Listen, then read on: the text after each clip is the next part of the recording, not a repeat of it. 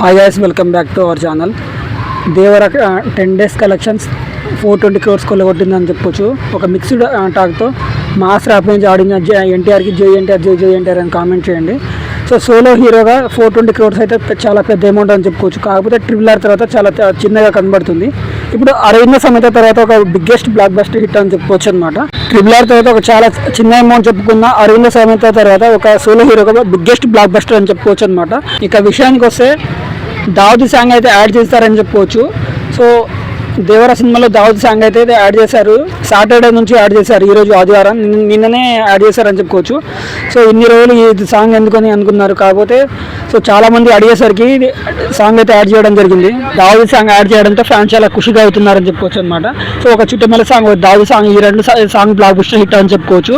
దీని తర్వాత ఐజ పూజ అయితే మెయిన్ బ్లాక్ బస్టర్ అని చెప్పుకోవచ్చు. ఫియర్ సాంగ్ కూడా బాగానే ఉంది.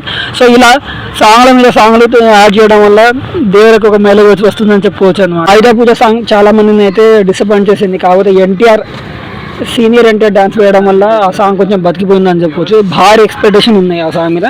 సో కొంచెం స్లో మోషన్లో డాన్స్ చేయడం వల్ల అది అంతగా ఎక్కలేదు. కాకపోతే దావుద్ సాంగ్ అయితే ఒక రేంజ్ ర్యాంపేజ్ అని చెప్పుకోవచ్చు. చుట్టుమల్లె సాంగ్ అయితే ఇక తోప్ ర్యాంపేజ్ అని చెప్పుకోవచ్చు అనమాట. ఇలా చాలా అసెట్స్ అయితే ఉన్నాయి.